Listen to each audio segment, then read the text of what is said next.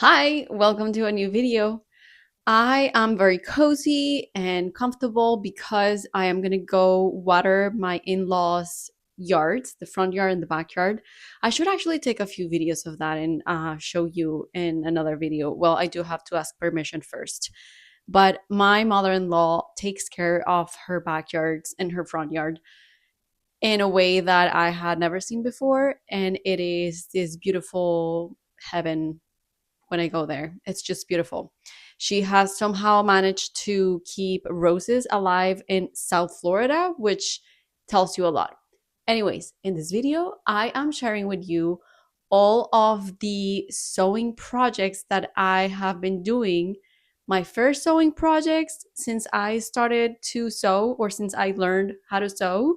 I have been having so much fun sewing. I'm actually a little bit obsessed, and as I'm recording this, I have finished a project that I'm not going to share in this video because that's going to be its own video of a vest that I made.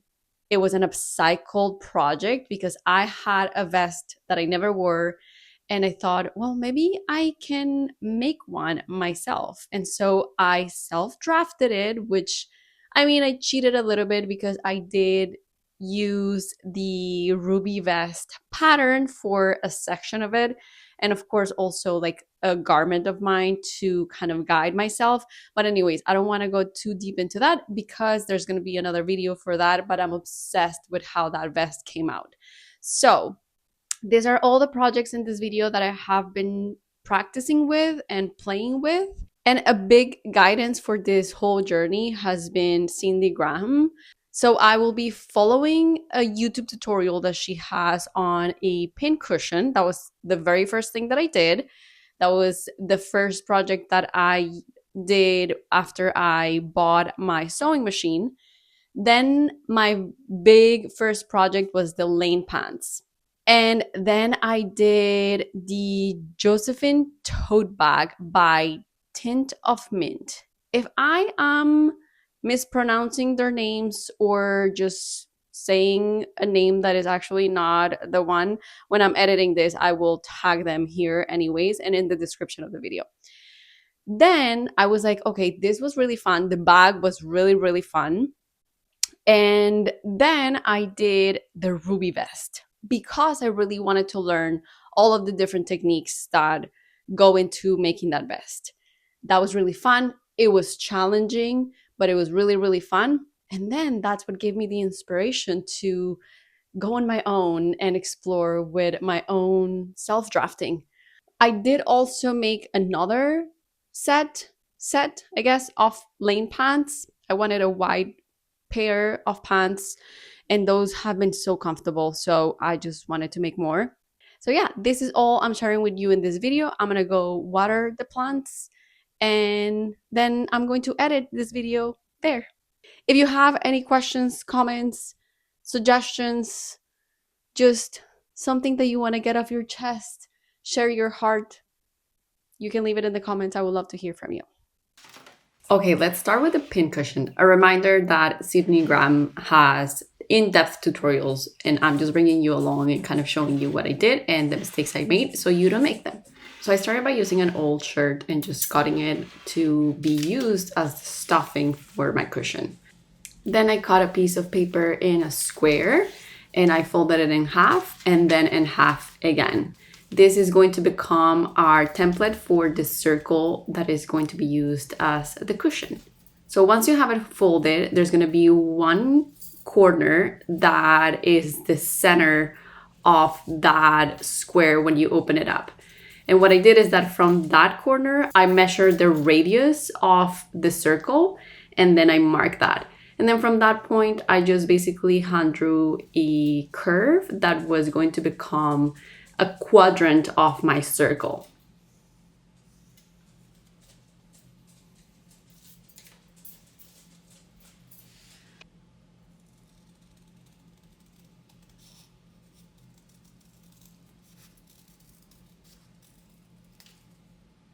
Then I cut that with the scissors. And then when you open it, you have your circle. It doesn't have to be perfect at all. I just wanted to have a template for my circle. You can definitely use anything that you have in hand that has a similar diameter to the circles that you want. I just didn't. So I went with this method with the paper and cutting it this way. Then I traced that on the fabric that I was going to use, and I cut the 2 circles that I'm going to need to make my cushion. I pinned those 2 circles and then I brought it to my sewing machine. And this was the first time that I used my sewing machine. I sewed those 2 circles together, leaving a little gap, like an inch, because I'm going to use that opening to flip it inside out so that I could stuff it with the shirt that we cut before. I recommend you stuff it pretty well. You want it to be cushiony because there are going to be pins in this cushion, and you want those pins to have enough cushion to hold them instead of poking you when you're wearing it. Once my cushion was stuffed, I used a ladder stitch to close that gap so that it is an invisible stitch. It may be called that way too.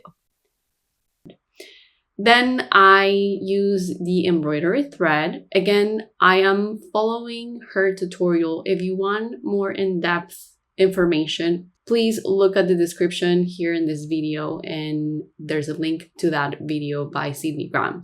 And I missed one instruction here that would have been extremely helpful. And basically at this point, when I was just sewing the button to the cushion, I could have also sewn the elastic strap that was going to become the bracelet. Because I completely missed that step, and I sewed the button first. And then once I closed my strap and I sewed that together, I then went to attach it to my cushion, and it was a pain. So make sure to attach your strap or sew your strap as you are sewing your button as well. And here's my cute bib cushion.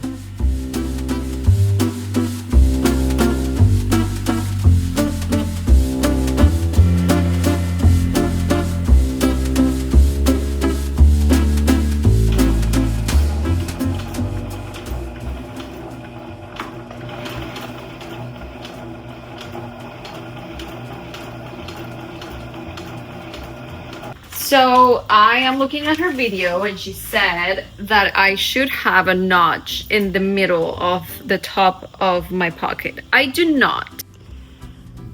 Okay, so I'm glad this is the pocket. My seam is looking really good. However, the beginning of, oh wait, that's not it. The beginning of my reverse, I can't remember the name of this stitch, but like when I reinforce at the beginning or at the end, this is the beginning. Wait, I don't know if that's catching it. And it's pretty ugly, but I guess since it's the pocket, it's okay. But it did pretty good with this seam, I think. Okay, next.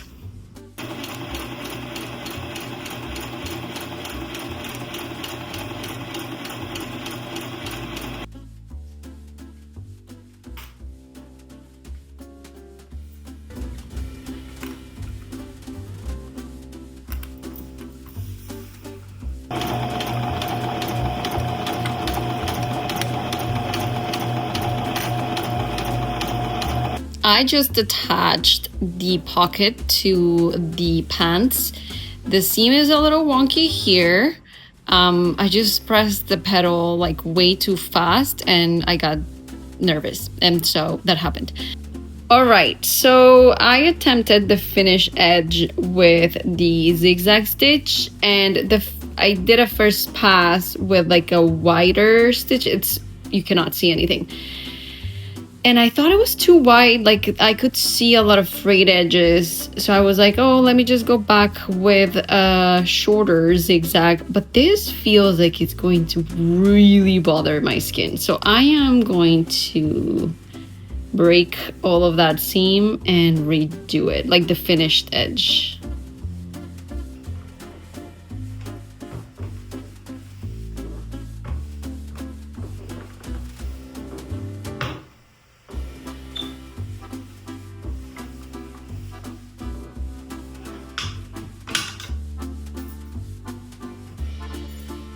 I have first pocket attached to this side of the pants. And now I have to do the same for the other side.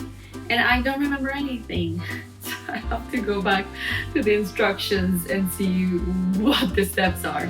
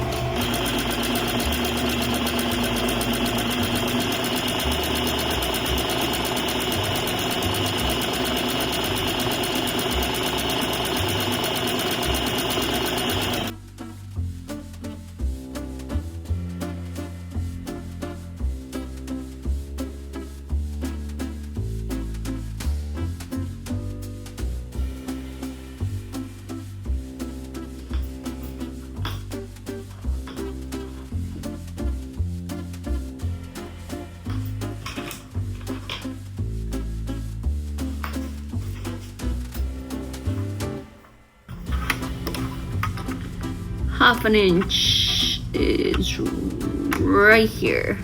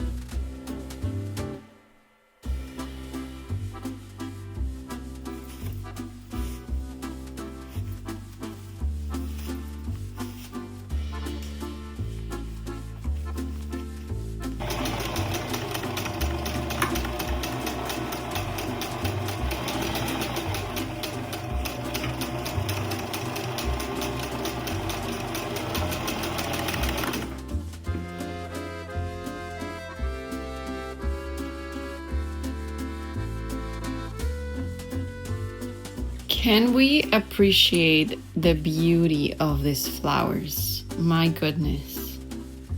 They're just incredible. I am sad that it looks like they're not gonna last too long though, because I got them like yesterday, Sunday, 2 days ago.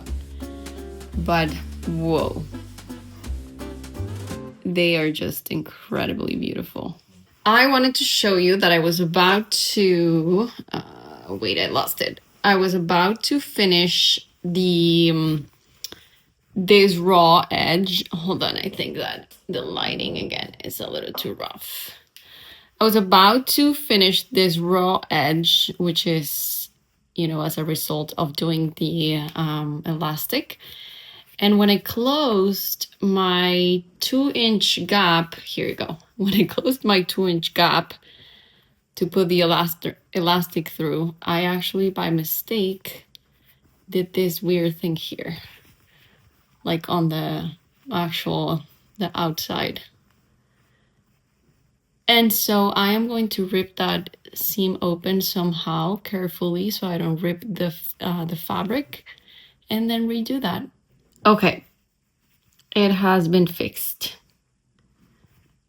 I did leave a little mark on the fabric, but I think when I press it, if I iron it, it'll go away.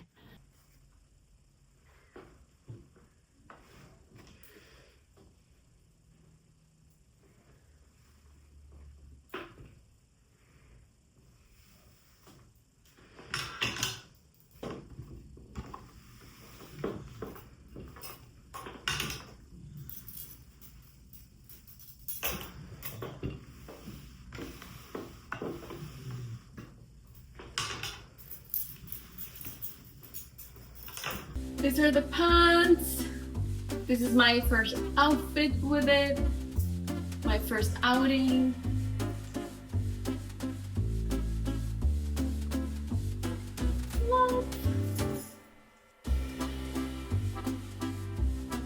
Next is the Josephine Tote bag. Arguably my favorite project so far. This was really fun. And also, I ended up hacking the pattern a little bit because I really wanted a bunch of pockets for this tote bag. I wanted this to be my craft bag, basically, the one that I would bring with me with all of my crafts, my crochet, my embroidery, basically everything that I'm working on. I was having so much fun with this one that I actually completely forgot to record. So I only have a very short amount of footage for this process. I did want to show you how I hacked the pattern to add pockets and the final result. So this is going to be a short one.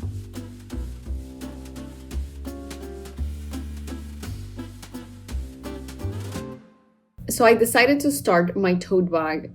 Is it a tote bag? Yes, it is a tote bag today. And I already cut the fabric. I think I showed you this already. I ended up going with the corduroy. So I cut the pieces, I cut my lining, but now I should have actually ironed this before I cut it, but I was like, I don't think it's a big deal. Hopefully it's not. The original pattern comes with the addition of a pocket, but it's rather small, and I would like to have more pockets in this bag because I want it for my crafts. And one of the reasons why the tote bag that I've been using is not my favorite is because I kind of like throw everything in there and I don't have anything organized. So I would like to add pockets to this lining. So I actually wanted to show you the final result first, and then I will show you how I made it. I also wanted to mention that the interface that I used here may be a little too stiff. And also my application was maybe not the best and it was already wrinkling even when I was ironing that on the fabric. So just something to keep in mind. Now for the pockets, as you can see, I have a bunch of pockets that make me really happy. I went with a bunch of different size pockets so that I could fit my crochet, my book, my Kindle, my phone. I also made these little pockets for my crochet hooks. It's a little bit hard to fish out my crochet hook with one hand here to show you, but I am really happy with that. I can also fit my water bottle there, even though when the water bottle is heavy, it deforms the bag a little bit, but that honestly happens with every bag, even my backpack. The only way that that doesn't happen is when my backpack is like really full. So this is the final result, and I really love how it turned out. Okay, so here's what I did. I basically used the original pattern piece for the lining to mark where I wanted the top edge of my pockets. I also knew that I wanted the pocket to go all the way down to the base of the tote bag, which is basically the line where that little rectangle from the original pattern piece kind of like comes out. And so I added half an inch at the bottom and half an inch at the top. at the top for the hem for my pockets and at the bottom for seam allowance because I'm going to be sewing that together with the original lining piece. Then I brought that new lining piece to the sewing machine and I added the hem. After that, I sewed wrong sides together, that new lining piece and the original lining piece at the bottom where the base of my tote bag is going to go. And then finally, I flipped that over to the right sides and I sewed where I wanted my pockets to go. And that was it. I hope that kind of made sense. I'm sorry I completely forgot to record a video to show you this piece, which obviously was really important, but I hope the illustrations kind of help get a better idea of what I did. Lastly, before I forget, I did that to both sides because I wanted the pockets to go on both sides of the tote. And again, as a reminder, I am adding a link to the pattern and the full video tutorial by the original designer of this tote bag in the description of this video. I think if you're following along that video and if you're making that tote bag, this whole explanation of the pocket will make more sense.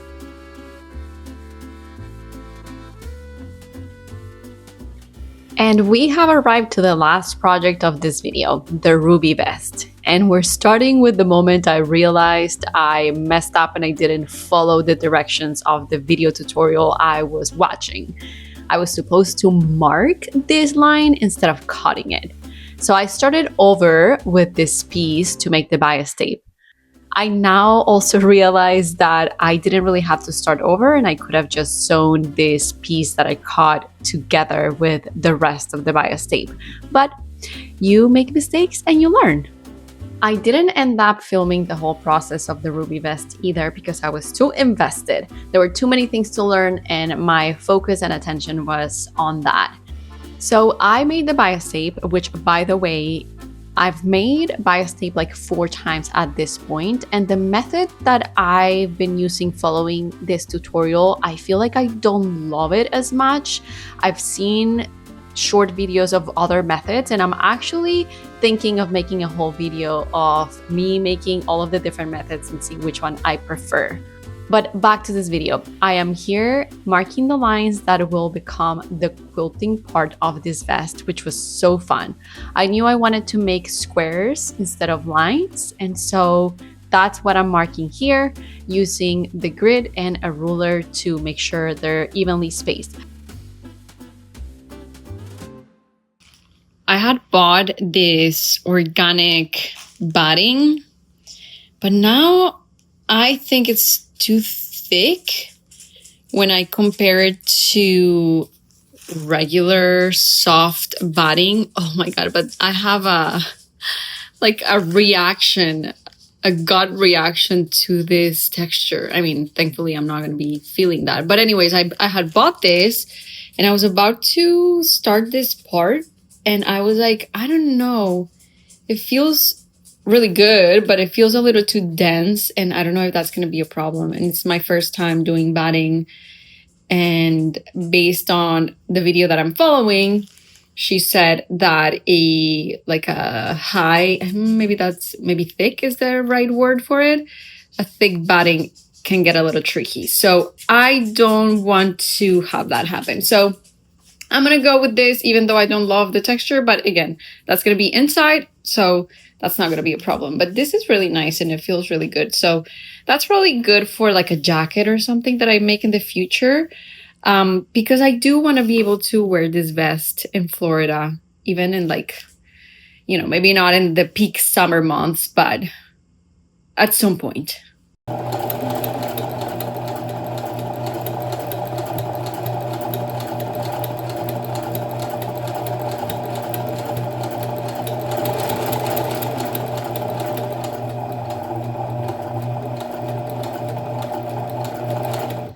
So these are actually the only videos that I took of the process of the ruby vest. But I did want to tell you something about this process. I ended up making the bias tape 3 times. The first time because, as you saw, I cut instead of marked. I understand now that that was okay. I made a second bias tape that was all white. And then when I was ready to put the bias tape, I remember that I had leftover fabric of the lining that I used in the Josephine bag. And I thought that was cuter and it went more with the style of this vest. So I ended up making it a third time.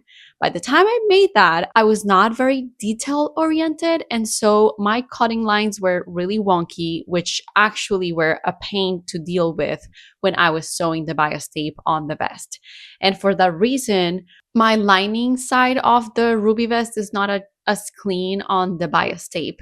And it's just really the only thing that I struggle with in the whole process. The quilting part was so fun, making the lines was so fun. And I love working on projects like this where there is a simple object or a product and I can really hone in the details. So I actually bought like 6 different pink color threads for the yellow brown side because I wanted to use the perfect pink. And I love how this vest came out. And I was really excited to know more techniques and to apply them to many more projects to come.